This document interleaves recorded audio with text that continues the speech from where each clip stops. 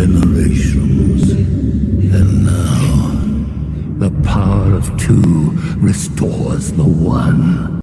We got a bidet!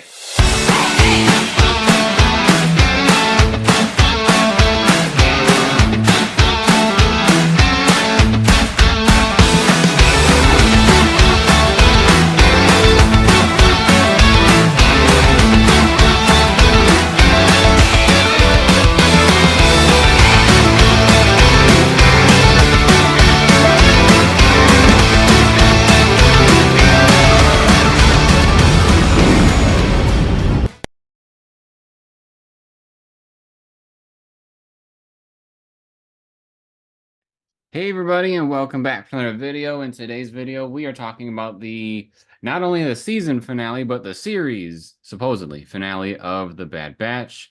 Will this be the end of seeing our group, or will we see them in the future? Today, we'll probably find out at least a little bit of that. So we're going to go ahead, talk about the episode, talk about what happened, and also give some thoughts on what happened, because there's definitely a lot of things that did happen. And we did get our request from last week. You know, we had talked about, should we have a 20-minute episode, or should we have technically a 45-minute episode? And we did get a longer one, so that was good news. So Sarah, what happened in this longer episode? All right, so where we left off, I guess, to know with where we're going, is that Rampart had kind of run into the other troopers, right? So he was bound to be captured, and we see in this episode he's a prisoner. We've got Hunter and Wrecker and Crosshair trying to get into the base, and we've got Omega and the kids trying to get out of the base, and we had Echo who had found Emery, and they decided to team up. So that's kind of where we left off to know with where we're going. So we, other than Rampart being captured, for the most part, we kind of start with Omega, and I'm just going to follow her for a little bit here. But her and the kids hijack one of the droids. It's like I don't know what kind of droid you'd call that. Care droid? I don't know. Yeah, it's like a medical droid specifically for the science. The babysitter. It's the kind with a big needle on it, which is important because they use that to take out the other doctor assistant. I don't remember what her name is. She was the one who was always bagging on Emery for not being careful enough with the kids, and then she's Number the one who two. got knocked out. Yeah. She thought she was so smart. Nope. So the kids escape with Omega through the tunnel. Thought it was kind of interesting. They used one of their uniforms to make some sort of like a baby backpack for the little baby Koala looking Jedi. Excuse me. I could think of the word butt. Jedi baby Bjorn. Yes. Whatever those are called. I loved it. Yeah, that was funny. She, in a previous episode, when she was crawling through these tunnels, she found this big monster. And I know I wasn't completely sure what it was, but in this episode, we see her set it free by like draining all the water out of its pool. What was that, you guys? It's a Zillow beast. Yeah. It was the one they've been experimenting on too. Because we learned from, I think it was season 2, that they were using this creature to basically run tests on its skin, and because the skin was fairly impenetrable from like blaster blasts and whatnot, like it didn't affect it, and so they were doing some tests to see, you know, what could they do and weaponize something like this. Yeah, so she sets it free. So there's one of our big distractions that's kind of creating some chaos, as it basically not only is distraction for the Empire, but it also finds a way out of the building, which allows the kids to try to follow that same path, right? Through the help of ladders and tunnels and things like that. I will say, for the Zillow Beasts part of this episode, I feel like it was kind of rushed. Like, I was hoping that it was going to stick around and, you know, do some more carnage to the building and stuff, and almost get like a Godzilla episode here, quote unquote. But as soon as it gets outside of the building, it leaves. And so or just left to be like, oh, okay, now there's this big thing running around that really shouldn't be here. Well, even with like a 44-minute or whatever runtime, there is so much in this episode that all of it feels very rushed to me compared to, the other seasons where we kind of lollygagged our way along. I wish we could have found some sort of happy medium in between the filler episodes, and this is so story driven that there's like no time for anything to breathe. Hmm. Yeah, it was definitely like it kept the pace up the whole episode. It was just one thing after another, which after the last two episodes of setup, I was kind of hoping for that just because they had so much that they had set up. But you're right, I didn't have time to breathe with any of these moments. We're just, we don't see the Zillow again. We don't have time for that. We gotta get back to the mission. So it was definitely one thing after another. I feel like with how much they took their time in the previous episode, they probably could have like ended the episode with her letting this thing out, and that would have been our big cliffhanger for, this week of, oh my God, now this big thing is out. What are we gonna do about it? Yeah. Like that could have even caused an issue for Clone Force 99 when they're trying to escape. Like if that Hmm. thing is right there by their ship, how are they gonna get around it? But Hmm. Yeah. Well, Emery and Echo go down to the area where the kids are supposed to be, and that's where they see Hemlock reprimanding Emery's assistant or coworker for letting the kids get away. And they are now on their way to try to find Omega and the kids since they're not where they thought they were going to be. So kind of go sticking with Hemlock for just a quick second, and then we'll go to Clone Force 99. So he knowing that stuff's going crazy and he knows that they're out there, he knows the kids have escaped, he's trying to anticipate any of these plans that are happening about how they're going to find one another. So he unleashes a new group of assassins. What do you guys think of them? I thought they were maybe some sort of clones of Clone Force 99. They just seem to have a lot of the same attributes. There was one that was a big brute. There was one that was really good at shooting. There was one that was really good at hand-to-hand combat. So um, I thought they were pretty neat Kind of I like a thought, you met your maker. in a yeah, way. definitely. They're really cool. They all like specialized weapons. Um, one guy's got a big electric spear. Another guy's got like energy swords. They had a lot of blades, kind of like the Bad Batch. How the Bad Batch has a lot of like knives and stuff on them.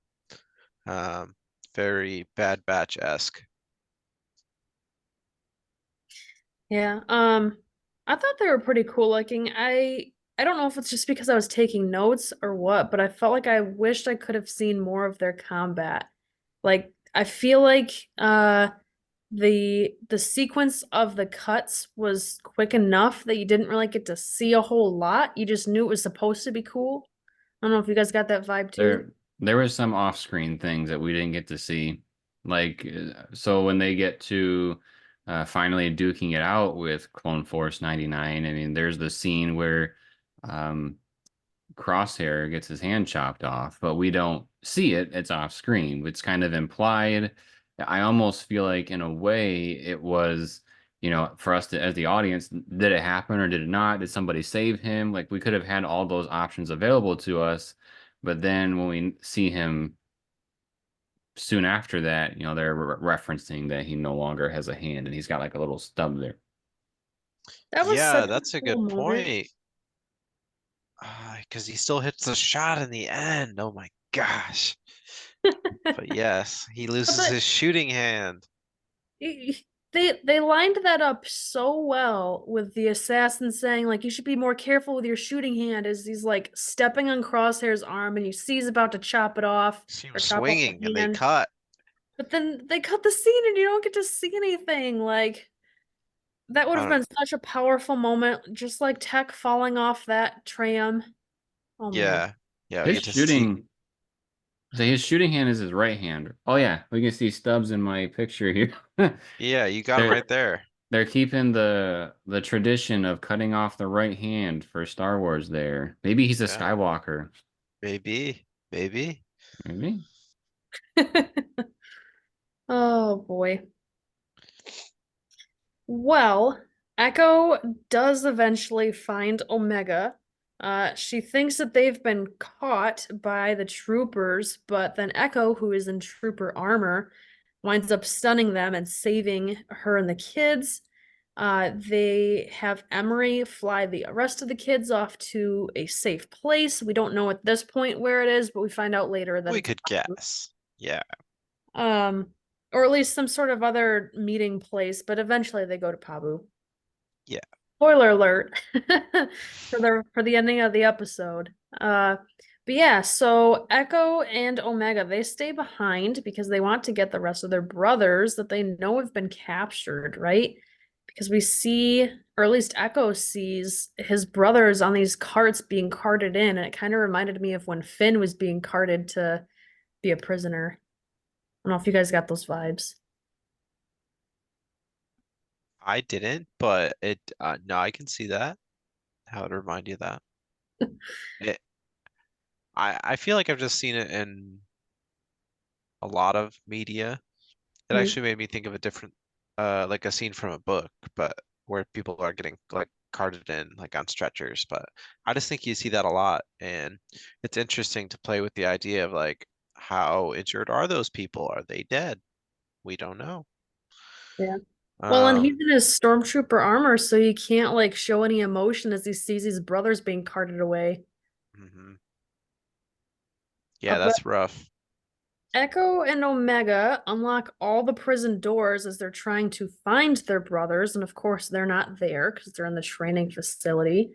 But the prisoners agree, like we're all clones, we're all gonna help each other. Let's do one last mission to get everybody out of here. Now Say does a pretty cool thing. I don't know if one of you guys wants to talk about kind of her little ending for her storyline, or otherwise I can go over that too. Up to you guys. I don't mind. Yeah, say she's pretty baller. She she knows what the research is capable of. She knows what her work, how important it is to the Empire, and she's not okay with them having it.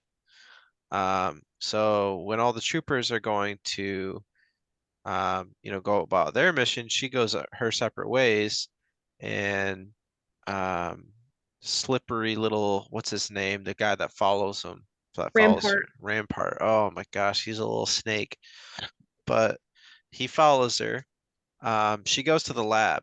She's going to destroy the research. And on her way there, she gets a little detonator off one of the troopers' dead bodies, or maybe they're just knocked out. Who knows? Anyway, she's got a charge with her. But Rampart, he questions her first. He asks her about Project Necromancer. And once again, we get another cut. We don't actually get to know what that is. Um, I but don't think yeah, he tells them. she doesn't I tell him everything. I I thought think she she gave told him a little him. piece, but Yeah, I think she gave him a little something something. Um, just to but keep him busy till the detonator went off. yeah, so she sacrificed herself.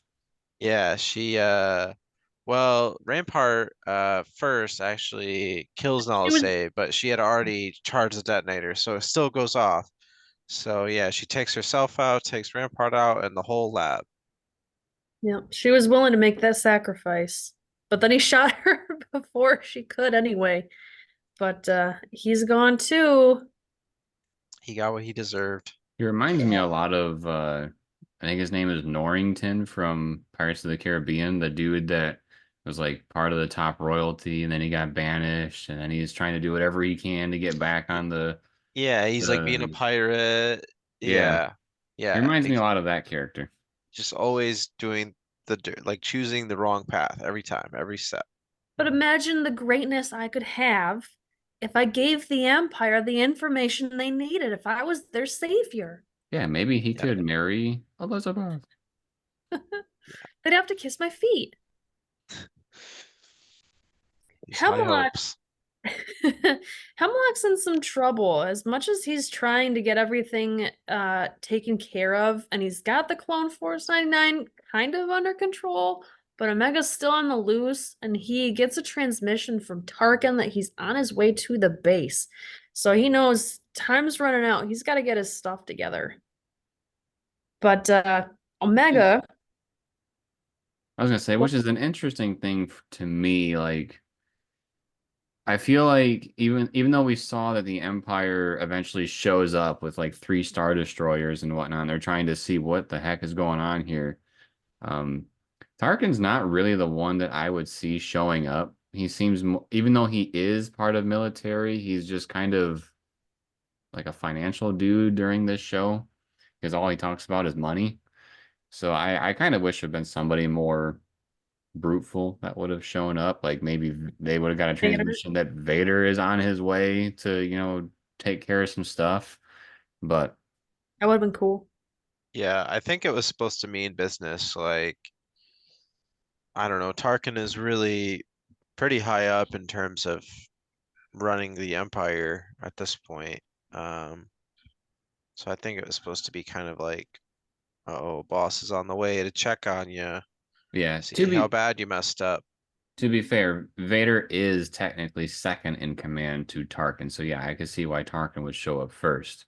Because in A Oh, New okay. Hope, Vader answers to Tarkin. Okay. But once Tarkin's gone, that's when Vader gets full control. Yeah, okay. Interesting. Well, what happens with Omega next is that she gets captured by an assassin while she's trying to free her brothers, right? So she like uncuffs Wrecker's hand and like undoes the like noxious gas that's keeping him knocked out, but then she gets captured. And so right as not Rampart, Hemlock is like, I've got you right where I want you. She's like, yeah, but you don't know my family. It's all for family, guys. Uh, all of them, her 3 brothers kind of wake up and they start to kick some butt. And this is where we get a lot of, I don't, maybe that's not the right choice of words because I was about to say this is where we get a lot of action sequences, but we've kind of had that peppered throughout the episode.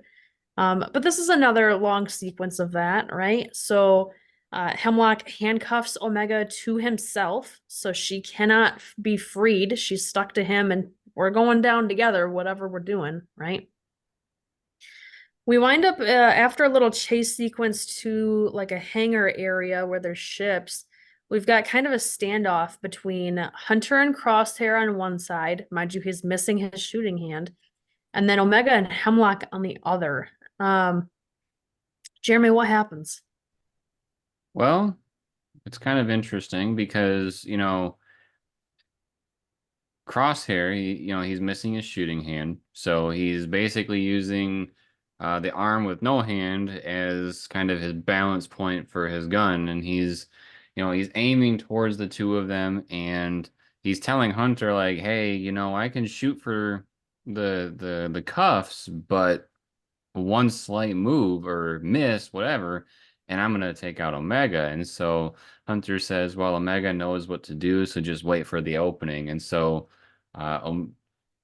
Omega and Hemlock are, this is what I thought was kind of dumb, at least from Hemlock's point of view. He walks closer to the clone so he can talk to them, like he's yelling to them.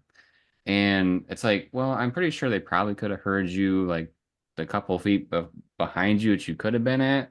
But like the closer you get, the easier that shot's gonna be. So I thought that was kind of dumb on his part. But eventually what ends up happening is, he's chit-chatting, and then Omega pulls this move where she's able to get Hemlock basically away from her. And it's like the 2 of them side by side as opposed to him behind Omega. And so Crosshair takes the shot, and he does hit the cuffs, which breaks them free. But then Hemlock also gets blasted a couple of times and falls off the railing, or falls off the platform because there's no railing because this is the Empire. Who needs railings? Yeah, Bye, Hemlock. that's just extra budget that we don't need. The Speaking of budget, Tarkin shows up. I was gonna say maybe the Grand Canyon is funded by the Empire because they don't have any railings. railings. Yeah. Yeah, maybe. So I But guess before Tarkin gets there, we see Hunter and Crosshair and Omega kind of make their way to a shuttle. But I don't think we ever actually see Echo and Hunter, or I'm sorry, Echo and Wrecker get to a shuttle. We just so see them with the rest of the clones and like that noxious gas that they were using earlier in the episode to try to, as one of the standoffs. So I was talking to Austin a little bit before filming, and we went back and looked at it very closely. There is a very, very quick shot of It's like the ship that's got the bay door open, and there's a really big guy, which I assume is Wrecker, and then there's a couple of other miscellaneous clones. So I'm thinking like, oh, they got the rest of them on there, but it is super quick. Because when we were watching it, I had thought that they got left behind, and that was going to be like a dramatic effect of, oh my God, some people just got left behind. And maybe that's something that Omega should be learning in this episode, which I thought was kind of dumb as well. I thought there should have been some sort of, because her world has been pretty perfect. We can be honest with that. And I think what would have helped her a little bit with understanding the real world is if during this mission, like there was multiple sectors of the clones, imprisoned, and maybe they couldn't get one of them out, and she had to deal with that, um, the feeling of, even though I succeeded with helping out these others, I can't save everybody. I think she should have had that lesson here, and that would have actually helped a little bit because some of them would have been left behind, but nope, everybody gets out. yeah, in terms of her like immediate Bad Batch brothers, we don't lose any of them, which is nice. Uh they did already lose Tech. He wasn't we thought this whole time he was gonna be one of those shadow troopers, but turns out those were just some enhanced clones by Hemlock or something. Um so yeah, I mean they lost Tech, so but yeah, I would agree with you, Jeremy, that things always work out for the Bad Batch. That everything's like gone their way. Oh, and it's a TV show, like I get it. Um, but yeah, things have been just a little too perfect for Omega, and they kind of stay that way. Um, but I mean, Before we where jump, was I going with this? I was gonna say she does see like, oh, they've imprisoned children, so they're definitely bad people, but Mhm, I think the fact that she seems to be successful with almost everything that she does. So there should have been some sort of really hard lesson that she had to learn. Um, mhm. and I feel like this could have been a perfect episode to do so with, not everybody makes it. And they did lose a lot of the prisoners that they let out before they found the Bad Batch because they needed help to get there. Um, so some of those troopers, they kind of split off. Some of the prisoners actually went and escaped after that. Some of the prisoners went with the Bad Batch to help them free the other members. yeah, And but they those got assassins took absolutely out a lot. wrecked. What's up? I was saying those assassins took out a lot of them. Hmm. Yeah, they got wrecked by those guys, by the sword guy. One guy had like a swinging, like electric mace. Um, those guys were doing some damage. Yeah. But Wrecker put one of the guys' heads through a wall, and then I think two other ones got just lit up with blaster shots. So those guys are not making it out, but they work for Hemlock. So what are you gonna do? We do get one final sequence with Tarkin when he's arriving at the base. Mhm. And he says kind of an interesting little tidbit, right? Is that he's going to shutter the facility and move all the finances to Project Stardust. Ooh. Ooh. I thought that was kind of the quote unquote cameo that was kind of like almost an eye roll because it's like, well, okay. We want to Yeah, know more about Necromancer. right. It was a bit on the nose, yeah. Yeah. Well, we see everyone safe on Pabu, and that's the shot behind Jeremy there of them kind of just doing their. I don't know why that reminded me of like a Kingdom Hearts scene where they're all on the bridge eating their ice cream. Just, like looking off into the sunset, everything's fine now, kind of a thing. And the clones are free, they can live their own lives and make their own choices, so that's great. We get a fast forward to Omega with very long hair. She's clearly like tall, like an adult, but she sounds the same, which was a little off-putting to me. But she she's leaving for her ship in the dark and she's trying to be sneaky about it, but of course there's somebody there watching. It's kind of like dad turning the porch light on when you're trying to sneak out of the house, except she's an adult, but he's still watching over her. And Austin, do you want to kind of take over the rest of that? I know there's not much left, but Yeah, dad waiting there is it's one of her two dads, Crosshair and Hunter. Which we didn't say that part, but maybe we'll circle back to it. But Hunter's there with Batcher, of course, old Batcher, has gained a couple pounds around the midsection and moving around a little slower. And Hunter's got a lot of gray going on, we can see that they've aged, right? looks like a And hippie. and yeah, they've been living on this paradise island. I'm not surprised they turned out that way. Um, yeah, Omega's got this cool jacket. Kind of reminds me like a pilot jacket or something. But she's talking about joining the resistance. She wants to do more with her life than live on Pabu. So she's got to get out of that place. It's time to grow up, Move on even to though it's better one or things. two. Yeah. So Hunter, he knows that what she's capable of. I mean, he literally trained her, so um he kind of gives her his blessing to go, and off she goes, flies away into the That is sequel. interesting. She says that they need pilots. I've never really envisioned her as being much of a pilot. She seems way more like a secret agent type with how much they heavily had her play that role this season. Yeah, she always learned from like all of the Bad Batch, so she's kind of always been that jack of all trades. But I think originally that was one of the things she learned was from Tech, probably, right? Was like I feel like she was flying the ship before she was doing a lot of the other stuff. Could But be.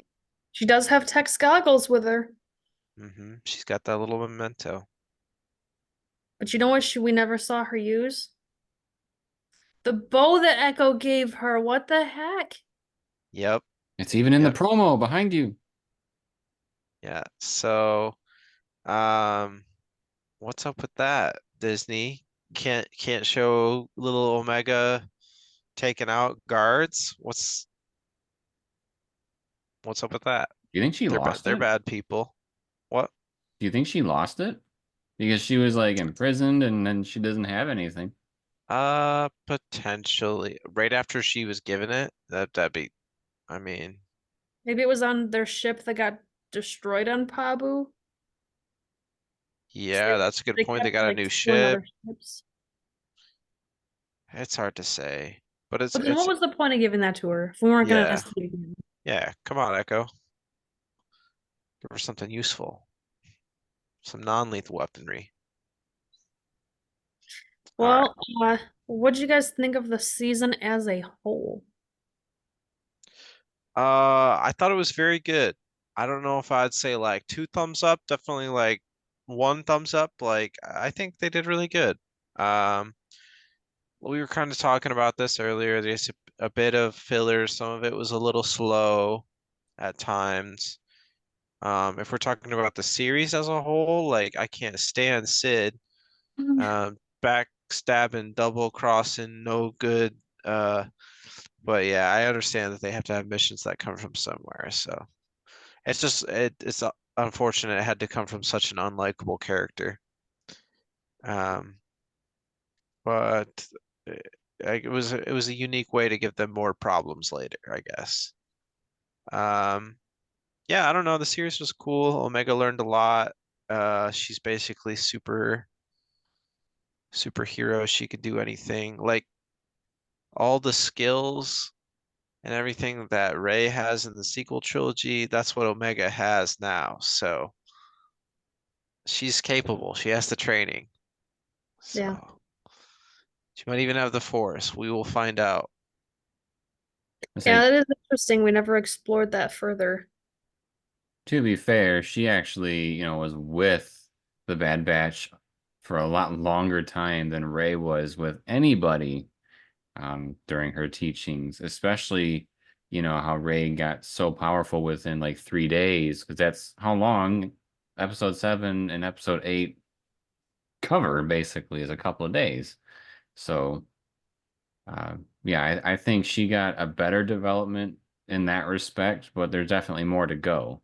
Like, I don't want her to just turn around and all of a sudden be super powerful at XYZ, whatever they end up choosing for her. But I would say I liked the season. I wouldn't say that I'm overjoyed by the season by any means. I was kind of hoping for a little bit more. But I do think that they learned from some criticism from season 2. Like I feel like the stories were more concise. I feel like the pacing was a bit better. Um, I think they knew that they had something that they had to accomplish with this season. They just kind of got right to it. But at the same time, I feel like there's a couple of things that they did that really anybody could have done, but they just put people in there like Cad Bane and Fennec. I wish they would have played more of a role, or when they were part of the season, I wish that they would have had something more impactful for their characters. So, for example, when Cad Bane was part of the one of the episodes, I wish he would have ran into Boba Fett and we could have seen some of that tension that they have, because we know from the book of Boba Fett that they definitely are enemies. So I feel like it would have been kind of elevating for the episode if, Boba would have showed up. We would have seen him kind of like his regular form and not what a lot of people complained about for Book of Boba Fett. And we could have seen them have some sort of face off. Or with Cad Bane, if he would have, interacted with Hunter, and they would have had a rematch there too, because we know from the past that they had a Western face-off and Hunter lost, and so it would have been kind of nice to see Hunter redeem himself in that sense. Would it have severely hurt Cad Bane? Probably not, but it would have been maybe a way to get away from him or something, where it would just stun him, quote unquote, enough to get away. But that's kind of my little criticism of the season, is that it was good, but I feel like they interjected some people just for the ability to interject some people. So I wish they would have done a little more with that. Be more creative with those cameos. Yeah, I'm kind of in the same boat as you guys. I felt like it was a good season. I did like that they took out some of the fluff, but at the same time, I feel like they maybe pulled back a little too much. Because those types of things that you're mentioning, I feel like those could be considered fluff, because really fluff is anything that's not progressing the story. But it's those little things, or like the little sayings that Wrecker would say, that kind of just make the episodes fun. And I feel like we kind of took too much of that out. Yeah, this season was definitely way more serious, way more plot focused. Um, the episodes really one problem always led to the next problem. Like, yeah, they took out a little bit of the fun, I guess. But with the story that they were trying to tell, I could see that that being kind of unique to this season, you know, versus the other two. Yeah. Well, I think it was worthwhile. So I think people should check it out, especially if people have seen, the other two seasons. If you're Clone watching this, Wars. you're watching this video and you haven't seen the other seasons, what are you doing here? But yeah, it's a good addition to Star Wars lore, I think, to say the least. But Appreciate the tines. yeah, that was our discussion of the season finale of Bad Batch Season 3 and series finale of The Bad Batch. Will we see these characters in the future? Maybe. I definitely could see that this is open for that. Like, maybe we'll see live action Omega at some point, or like, especially with the Rogue Squadron movie that is back in development. And also, maybe she'll run into, our main heroes from the original trilogy, because that's kind of where they left her, is right around that time of the original trilogy. So who knows? So I suppose the galaxy is the limit. But yeah, It's a small galaxy, small galaxy. yeah, as big as it is, it sure seems small. But if you enjoyed this type of video, make sure to subscribe to the channel and turn on notifications. We got tons of other shows coming out that we will be talking about. We got Tales of the Empire right around the corner, so we will be back to talk about that. And then we also have The Acolyte coming out, I think it's June, so next month. So stick around for that. Drop us a like if you liked the video, and drop us a comment letting us know your thoughts on the episode and the series as a whole. And then, as always, everybody, thank you for watching. We'll see you next time.